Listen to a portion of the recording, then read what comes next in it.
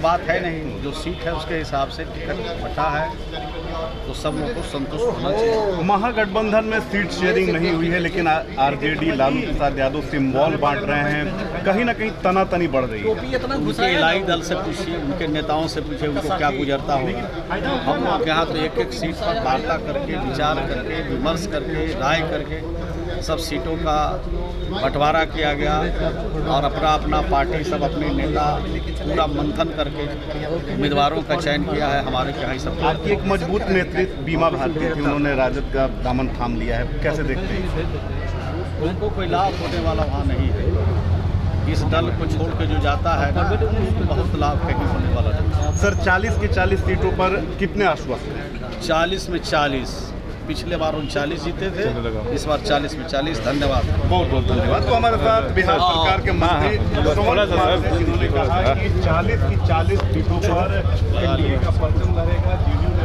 इतना बढ़िया तो बातचीत सब। बीमा भारती जी ने राजद का दामन थाम लिया है, क्या कहेंगे? वो तो हम लोग को पहले से मालूम था। जब विधानसभा का सत्र शुरू हुआ था, उसी समय पता चल गया था कि ये हम लोग के साथ अब रहने वाली नहीं है, ये दूसरे किसी दल का दामन थामेंगी, और उन्होंने दामन थाम लिया तो कोई आश्चर्यजनक बात नहीं है। पर वजह नहीं है सर कि दलितों का अपमान होता था जेडीयू में सर। यहाँ पर जो सम्मान है वो दूसरे किसी जगह है, इतना सम्मान किसी को नहीं मिलता है। यहाँ नीतीश कुमार जी के शासन में दलितों का उत्थान हुआ, गरीबों का उत्थान हुआ, महिलाओं का उत्थान हुआ, छात्रों का उत्थान हुआ, बेरोजगारों का उत्थान हुआ।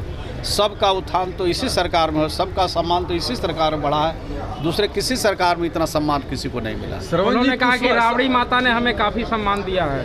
तो अब सम्मान दिया है तो अपना रहें, जहाँ इच्छा है जहाँ। श्रवण जी, कुशवाहा बिरादरी के पिच पर लालू यादव बैटिंग कर रहे हैं।